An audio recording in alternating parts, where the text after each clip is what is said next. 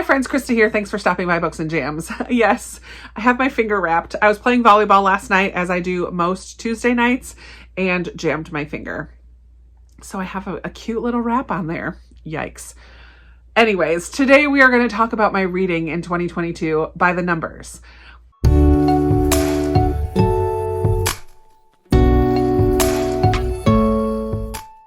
Every year I like to take a look at some of my stats in reading and see if I can notice any trends or things that stand out to me.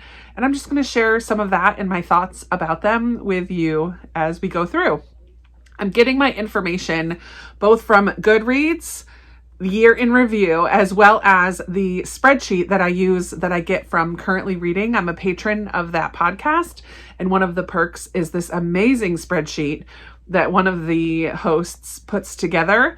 It is so in-depth, and I definitely don't track all of the things that are possible to track on there, but I do track a lot of things, and it's a lot of fun for me to see about, to just see different things about my reading.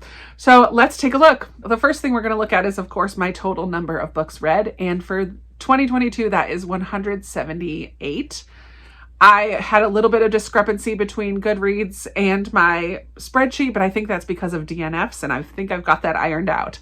So it's 178 is my total, and I'm pretty pleased with that because in 2021, my total was 204, and one of the things I said to myself was this year I want to slow down a little bit. And at first, it didn't feel like I was slowing down. March comes along, and I read 31 books in the month of March.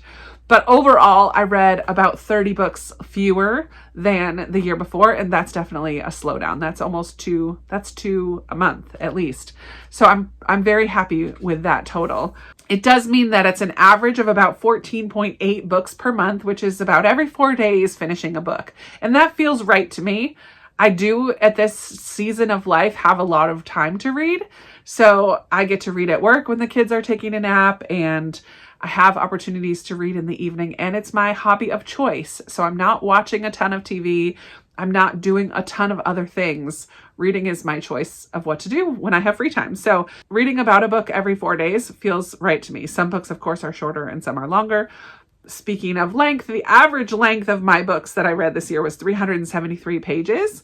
The shortest book that I read was Watercress. I read a ton of children's books with the kids that I work with, and I don't count any of those. I am counting this children's book because I specifically picked it up because it was the Caldecott winner for 2022, and I wanted to see the pictures as well, and I really enjoyed it. So I'm counting that picture book, and that's my shortest. My longest book that I read this year was Voyager by Diana Gabaldon, and it had 870 pages. Oh yeah, Watercress had 32 pages. Voyager had 870 pages, and it is going to be my last book in the Outlander series, at least for right now. I chose to break up with or DNF the Outlander series. I'm not going to be focusing on it or trying to read any more of them at this point in time. On Goodreads, the book that I read this year that the most people have also read and talked about on Goodreads is Inheritance Games. It's shelved 875,551 times. That's crazy. Very popular book. I enjoyed it. I can see why. And the book that I read that's the least shelved is Orion and the Starborn by 119 people. This also makes sense. It is an indie publishing house, Owl's Nest Publishers. It's a brand new release, and not a lot of people know about it. Hopefully many of you are in that 119 because I did get to speak with KB Hoyle, the author of that book, on my channel, and I really enjoyed Orion and the Starborn. For those 178 books, my average rating is 3.8. That also makes a lot of sense to me. I think 4 is my sweet spot. When you look at the breakdown, I gave 40 books 5 stars, 74 books 4 stars, 49 books 3 stars, and then just 15 books 2 stars. That makes a lot of sense to me. 4 stars is my sweet spot. It's usually, I really liked it, but it doesn't have that little something extra that means I'm going to remember it for a long time. And then 3 stars kind of goes back and forth with me. Sometimes I heard somebody else label it, it's complicated.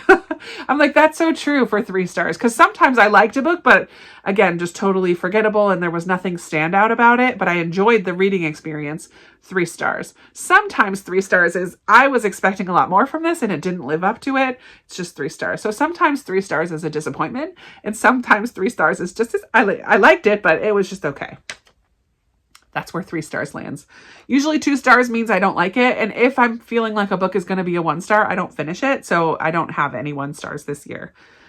The book that I've read, though, that according to Goodreads has the highest rating is a middle grade book, A Place to Hang the Moon by Kate Elbis. And on Goodreads, the average rating is 4.59. That's super high. I forgot to note down how many ratings it has, but 4.59 is really high. And I understand that. A Place to Hang the Moon was a fabulous book. Now moving over to the information that I got from my spreadsheet. I do have some pie charts that I will share in here.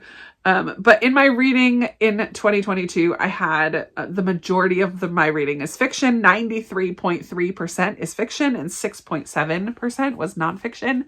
When I look at this, that tracks. I definitely read more fiction than nonfiction, but of the nonfiction I read this year, I think I loved all of them. I don't think there was any nonfiction that was just meh for me this year. And I really would like to get that percentage above 10% next year. I feel like that's a reasonable goal or like change to make in my reading. I'm already pretty close. 93.3 fiction, 6%, 6.7% nonfiction. I think I can make that switch to get up to 10% nonfiction. We're going to see. We'll see what happens. As far as format, so the choices for format are print, audio, multiple, and digital. Can you guess which one is my highest before I tell you? Audiobook is my highest percentage at 61.0% is audiobook. That's a lot. I was kind of surprised by that because I do read a lot in print, but I do almost daily listen to an audiobook as well. And that's almost double. My print percentage is 35.2. And then multiple means that maybe I listen to the audio while reading along in the book, like the Winter House series is a middle grade series that I love listening to on audio, but the illustrations are so cute. So I want to read along in the physical book as well. And then digital is my Kindle, and that's 0.6. That's not even a 1%. It's one book, literally one book that I read on my Kindle last year. I also plan to change that this year because I'm going to be working diligently on my NetGalley and hopefully getting to the point where I'm reading my NetGalley before they're out. Right now, I'm still at the point where I get my NetGalley books from the library. But eventually, and hopefully by the end of the year, I'm reading those NetGalley books a little earlier, which means I will have more that I'm reading digitally. The next stat that I have is about audience. So we have adult, middle grade, and YA. This feels so right for me. Adult is 60.7%, so just over half. Middle grade is 35.4%, and then YA is 3.9%. That feels very consistent to me with how my reading is. It is how my reading is. This is my stats from my spreadsheet of reading throughout the year. But yeah, and I'm totally fine with that. I don't feel like that needs to change. 60%, almost 61% adult, 35% middle grade, and 3% YA. I'm thrilled with that. The next stat is about genre. And this was a little bit of a surprise for me. I'm going to see if I can tweak the spreadsheet for 2023 because the highest genre that I have read from is general fiction. And I feel like I want to sort that out a little bit more instead of just saying general fiction. I don't know how I would sort it, but I feel like some of those general fiction books could have been in a different category. I don't know, or just be a little bit more diligent about really thinking about where these books belong. Anyways, general fiction, 27.5%. Historical fiction is my next highest, 17.4%. Romance was my next highest at 16.9%. And then fantasy and mystery were almost the same, 11.8% and 11.2%. And that tracks. I would like to see mystery move higher up that list. I don't know. I've just been feeling in a mood. I have so many mystery books on my shelves, and I would really like to move that percentage up higher. And then there are other options like general nonfiction, that I had a couple, like some of those real small pieces of the pie chart. I didn't even write down the percentage because they're just so small. Sci-fi was one of them. General nonfiction, memoir biography was one. Thriller. I don't think I read any thrillers last year. That's a just separate. They do separate that out for mystery, which I appreciate. Yeah. The final stat that I want to talk about is about publication date. And I don't have a picture of it because on the spreadsheet, the way that the breakdown goes is current year, or like the 2022 published date. And then it has a chunk 2015 to 2021. And I don't want to do it that way. I wanted to know a little bit more specifically. So I figured it all out on my own. So I'm just going to give you the numbers. So I read 26 books that were published in 2022. That feels like a decent percentage. I read 40 books that were published in 2021 and 41 books from 2020, which altogether is 107 books. And that's pretty significant to me because I feel like I read mostly backlist, and technically 2020 and 2021 are also backlist dates. But altogether of those, the last 3 years, that's 107 out of my 178. That's all but 71 of my books were written in the last 3 years. And I feel like I read a lot more older stuff than that, but I guess I don't. I mean, I still read a ton of older stuff, but I love that I read 26 books that were newly released. That's 2 a month of new releases. And then 40 books that came out in 2021. That seems like a lot to me. But a lot of that is because I have been paying attention to the new releases and making anticipated reads lists quarterly.